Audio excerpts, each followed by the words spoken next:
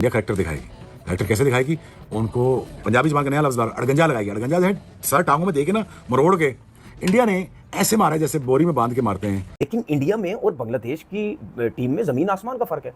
Pressure नहीं होता है और एक तरह से रिदम बना हुआ है, कॉम्बिनेशन बना हुआ है, तो फिर ऐसी परफॉर्मेंस मिलती है। एक्सक्यूज दिया मैं 2 साल के बाद खेल रहा हूँ, नहीं, ये सारी एक्सपीरियंस और दिमाग की गेम। मतलब ये सोच रहे थे कि यार इंडिया को भी हरा देंगे, ये सोच रहे थे कि भाई आएंगे इंडिया को भी उसी तरह हराएंगे, 565 रन जिस तरह पाकिस्तान को मारा था इंडिया को भी मारेंगे और चले जाएंगे। बेटा इंडिया ने इनको 4 दिन में पकड़ के बजा दिया। इंडिया करेक्टर दिखाएगी। करेक्टर कैसे दिखाएगी? उनको पंजाबी जबान का नया लफ्ज अड़गंजा लगाएगी। अड़गंजा जो है सर टांगों में देके ना मरोड़ के इंडिया ने ऐसे मारा है जैसे बोरी में बांध के मारते हैं। ये है team India. Characters are not made in crisis. Characters are exhibited. Team India has exhibited their talent when they were in a deep crisis. ये है टीम इंडिया का कैरेक्टर। मजा ये आया कि दिल गुर्दा दिखाया उन्होंने आज। दिल गुर्दा ये दिखाया कि 3 स्टार प्लेयर नहीं मारे तो क्या फर्क पड़ता है? हम है ना, हम टेस्ट मैच में फैटी खा के आ रहे हैं और हमने इनको फैटा लगाना है। गुड, गेल आएंगे, पता लगेगा दुनिया का आने वाला बेहतरीन बैट्समैन है। जडेजा आएंगे, कंट्रीब्यूट करेंगे, हर जगह कंट्रीब्यूशन लेके जाएंगे। So team India has shown their character that they have guts, they have दिल गुर्दा।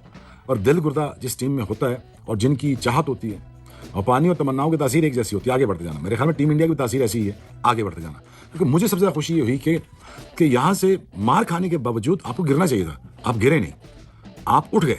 उठने से मुझे देखिए, आप आए चाहे इंडियंस हैं, आप क्रिश्चियन हैं, यहूदी हैं, सिख हैं, ईसाई हैं, मुसलमान हैं, कैरेक्टर शो जब होता है ना किसी भी नेशन में तो मज़ा आता है देखने में कि यार जब टीमें खड़ी होती हैं, रीग्रुप करती हैं और जब बताती हैं कि यार हमारा ये है कैरेक्टर, हम ये करते हैं, हम ये करके दिखा सकते हैं, तो तब मज़ा आता है मुझे यार कि यार कमाल हो गया।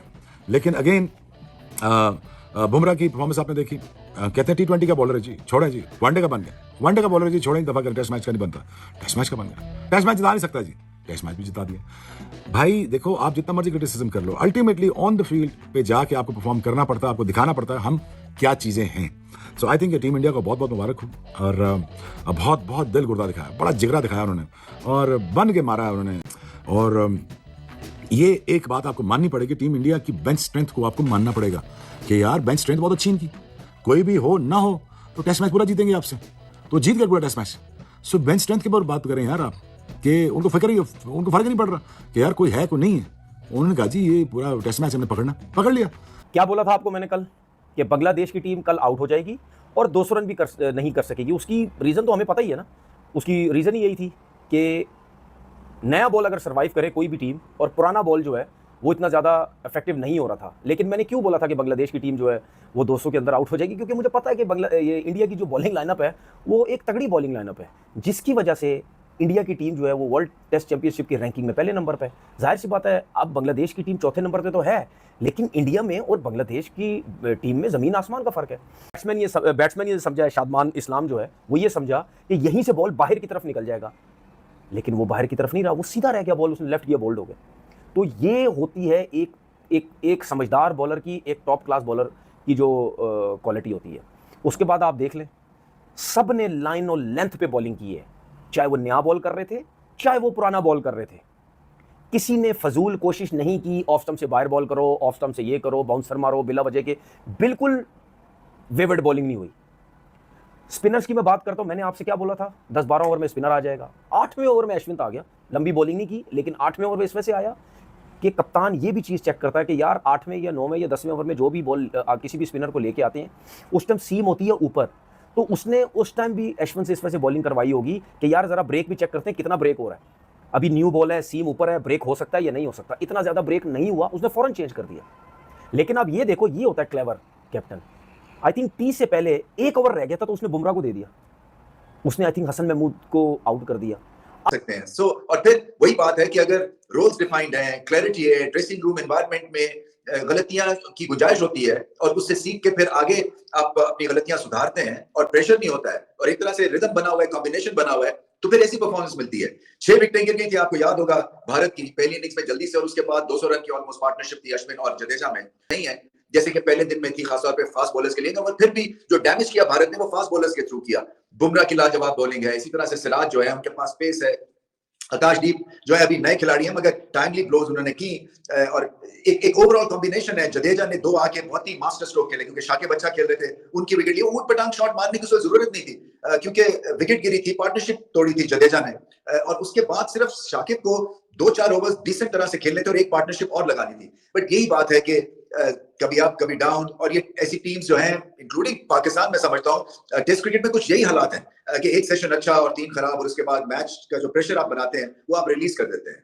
सो अब मैच बचाना है बांग्लादेश ने और ये कभी भी आसान फीलिंग नहीं होती है क्योंकि जब आप डिफेंसिव फ्रेम ऑफ माइंड में धकेल दिए जाते हैं और तो फिर आप जो है ना मुकाबले से ऑलमोस्ट बाहर ही हो जाते हैं क्योंकि ये सिचुएशन ही ऐसी हो गई हुई है। चाहे ये कंडीशंस बेहतर हो जाए बैटिंग के लिए, मगर फिर भारत के पास जडेजा और अश्विन का बॉलिंग कॉम्बिनेशन है क्योंकि ये अगर पिच टर्न लेती है, स्पिन लेती है, तो उनके पास भी उसका तोड़ है भारत के पास, और फिर रिवर्स स्विंग भी है और बुमराह की जो फॉर्म है, सो ये मैच बचाना बड़ा मुश्किल हो गया है। टीम क्या बन जाएगी? बैटिंग देख लें, बॉलिंग देख लें, तो यही एक टीम वर्क है, यही एक प्लानिंग है।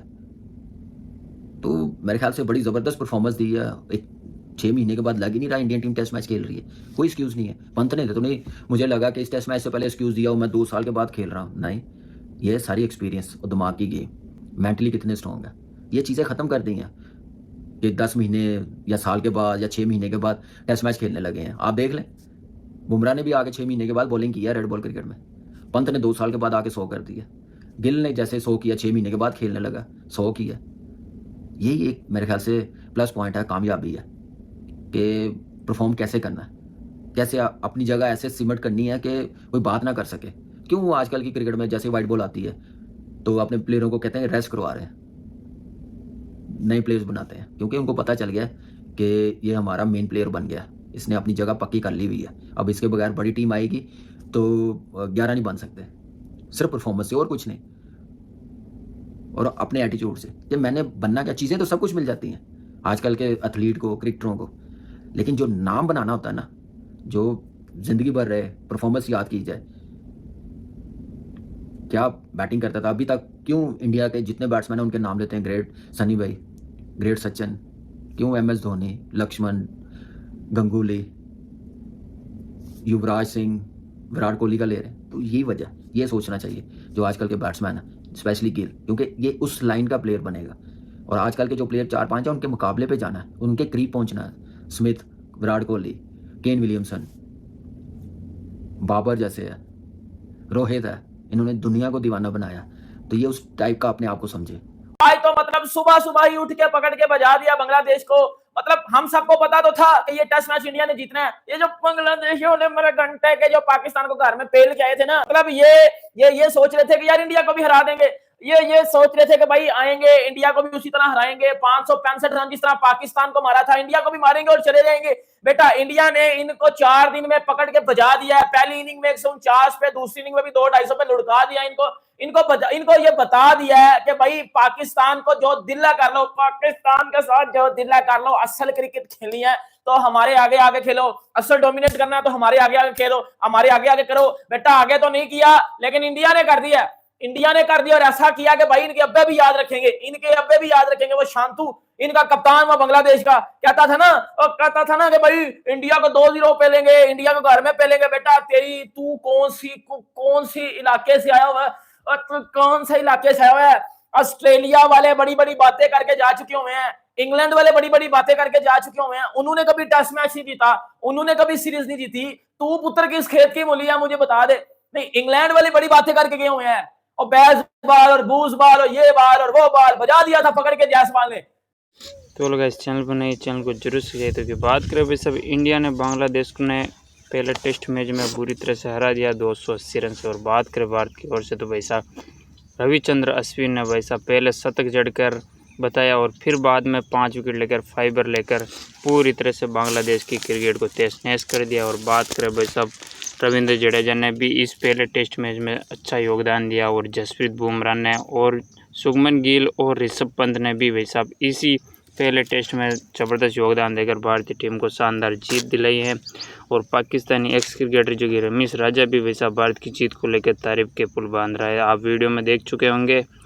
और बात बता दें, इंडियन टीम पहला टेस्ट मैच जीत चुकी है और बांग्लादेश के यही कप्तान जो कि शांतो पहले टीम इंडिया के को वाइट वॉश करने के लिए बोल रहा था, क्योंकि पाकिस्तान को वाइट वॉश करके आया था। इसी जोश से इंडिया को वाइट वॉश करने के लिए जो कि स्टेटमेंट दिया था। लेकिन उसके बाद भारतीय टीम ने पहले टेस्ट मैच में उसके स्टेटमेंट पे जो कि पूरी तरह से जो कि लात घुस्से मारकर पूरी तरह से उनकी औकात दिखा दी है और पहले टेस्ट मैच में उससे बुरी तरह से जो कि जलील करके टीम इंडिया ने हरा दिया है। और बात करें पूरी तरह से भारतीय टीम ने ये 2 टेस्ट में जो कि सीरीज़ में पहला टेस्ट में जीतकर भारतीय टीम ने सीरीज 1-0 की जो कि कर ली हैं। अब अगला टेस्ट में जो कि भाई साहब बोले।